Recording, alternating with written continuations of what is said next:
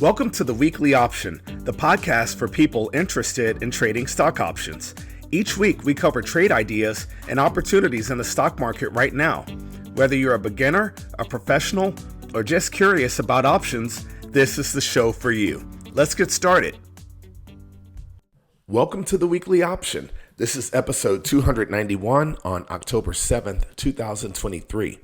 I'm your host, Eric, and in this week's show, we'll cover the trades from last week on Nikola Corporation, Southwest Airlines, and Target, and we discuss three new trades on Novavax Inc., Kohl Corporation, and United Airlines Holding Corporation.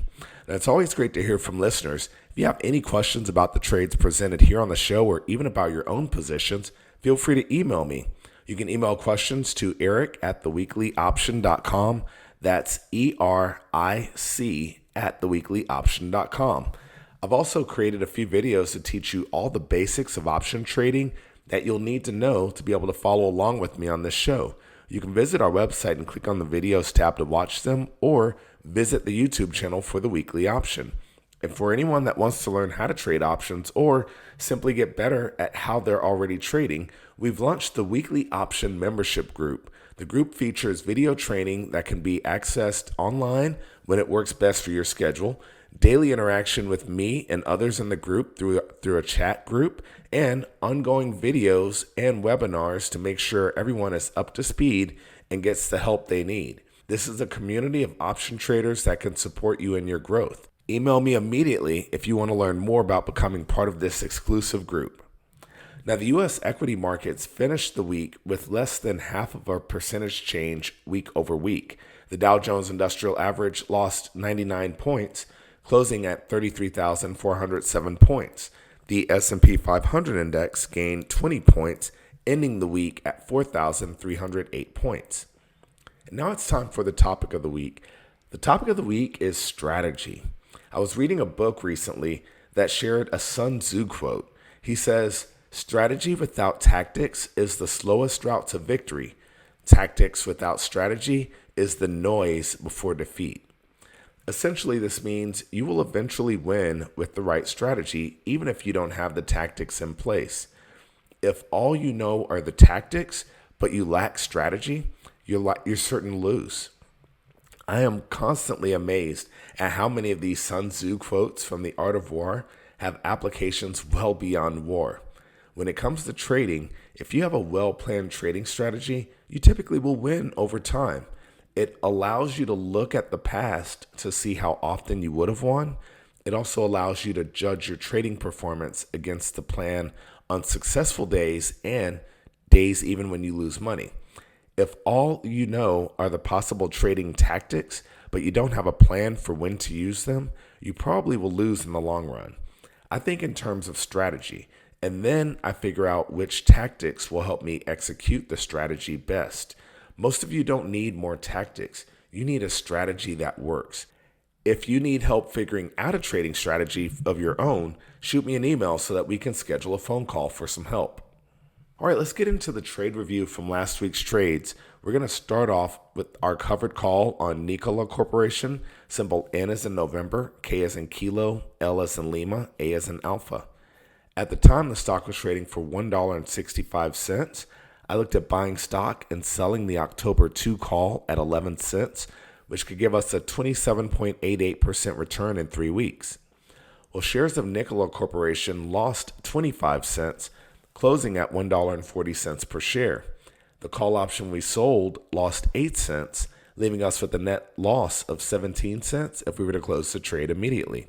Now, this trade still has 2 weeks left before expiration. You certainly could roll the strike lower, but you won't collect much more premium for doing so in the month of October. I would lean towards letting this trade expire worthless over the next couple weeks and then selling another option against it for November expiration. Or I just go ahead and sell the November option without waiting for expiration. The other option is simply to exit the trade, take the loss, and move on. But the November 1.5 call is bid 20 cents. If you wait and the stock price strengthens a bit, that number two strike in November might appreciate a bit more, allowing you to improve on all of the original economics of the trade by collecting more premium and keeping the original strike the same. Now, given the low stock price, I will likely wait for the October options to expire before entering a position in November against the same shares. So when we're trading these covered calls, we obviously want to see the stock appreciate beyond our strike price, just so that the stock gets assigned and comes out of the account, and our option it's actually the option that gets assigned, and that gives us both the profit that we collected for selling the option, and it takes away our shares. That's one of the most optimal opportunities there.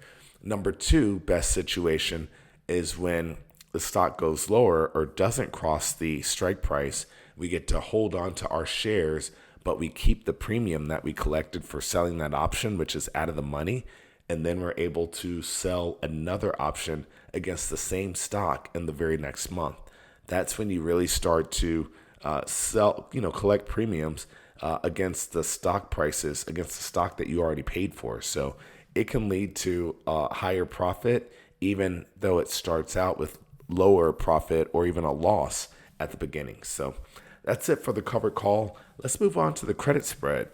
We looked at Southwest Airlines, symbol L as in Lima, U as in uniform, V as in Victor. At the time, the stock was trading for $27.21 per share. I looked at selling the October 27.5, 28 call spread at 19 cents, which could give us a maximum possible loss of 31 cents per spread. Well, shares of Southwest Airlines dropped 13 cents, ending the week at $27.08 per share. The out-of-the-money call spread that we sold is still out of the money. The spread has 2 more weeks left and will hopefully expire out of the money. That's our goal on this one. With stock going lower in price, this trade is working out as planned, so no adjustments are needed at all on this one. Finally, we had a debit spread last week on Target, symbol T as in Tango, G as in Golf, T as in Tango. At the time, the stock was trading for $109.57 per share. I looked at buying the October 111-110 put spread for 65 cents, which could give us a maximum gain of 35 cents, or that's a 53.85% return in 3 weeks. Well, shares of Target fell $4.57 per share, ending the week at $105 per share. The in-the-money put spread that we bought is now even more in the money. And with the stock price more than $5 in the money, this trade is definitely working out as planned as well, so no adjustments are needed on this one either. As a side note, it's been a while since we have looked at selling call spreads and buying put spreads on the show. But we did both of those last week, and those are the 2 trades that won. That's just a reminder, if you only know how to buy calls and sell puts, you're going to lose money once the market starts to head lower. You definitely want to I just really look at options as options. I don't care if I sell or buy a put spread. If it is in the money or out of the money and it reaches my pricing targets, I'll buy or sell it either way. And so I'm glad that I was able to do that last week with selling a call spread and buying a put spread, just as an example for you guys, so that it's not necessarily about just hoping that the market goes up. If the market is going down, sell call spreads and buy put spreads. Doesn't matter. All right, so this is the last week that we'll use the October 20th expiration for new trades. Obviously, expiration is only about 2 weeks away, so this is going to be our last week. These trades will have less time to make adjustments, so that makes them inherently riskier, right? So just keep that in mind. And then next week, we'll begin focusing on the monthly options expiring in November. So let's start off. Without further ado, we'll start off with our covered call. I'm looking at Novavax Inc., symbol N as in November, V as in Victor, A as in Alpha, X as in X-ray. The stock ended the week at $7.62 per share. I'm looking at buying stock and selling the October 8 call at 39 cents, hoping for a return of 10% in 2 weeks. Now, you enter this trade by buying shares for $7.62 and selling the October 8 call at 39 cents.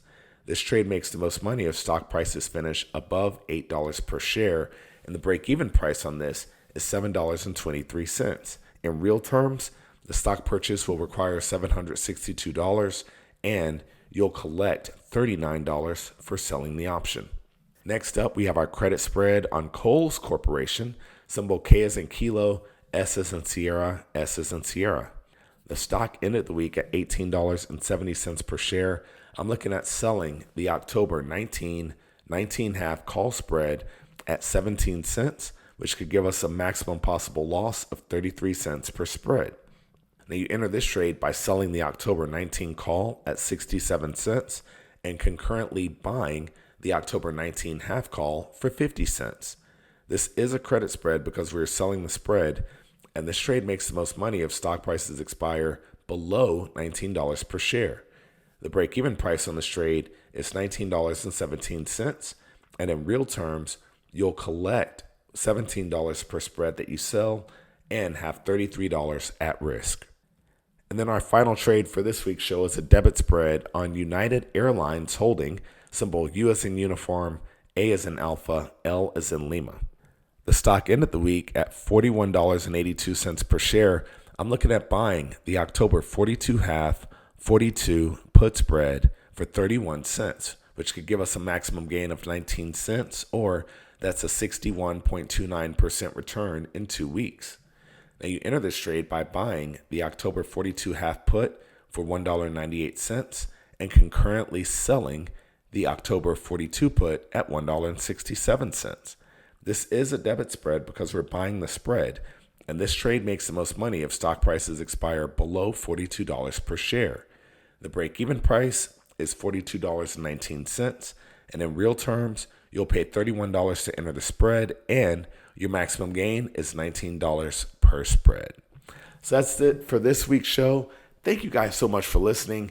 Thank you for emailing me and just being interactive. You guys are great. I get great engagement.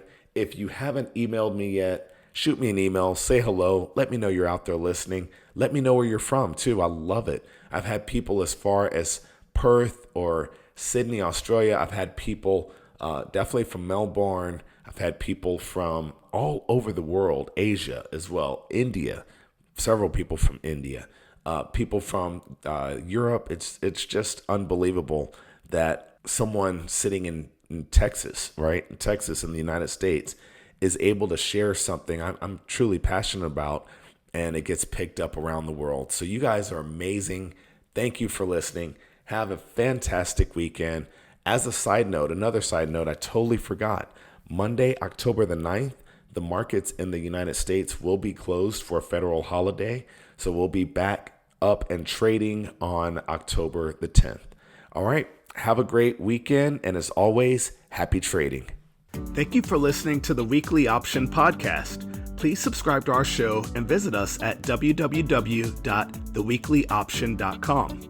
Disclaimer, there is a very high degree of risk involved in trading. The indicators and strategies described in this podcast are for educational purposes only and should not be construed as investment advice.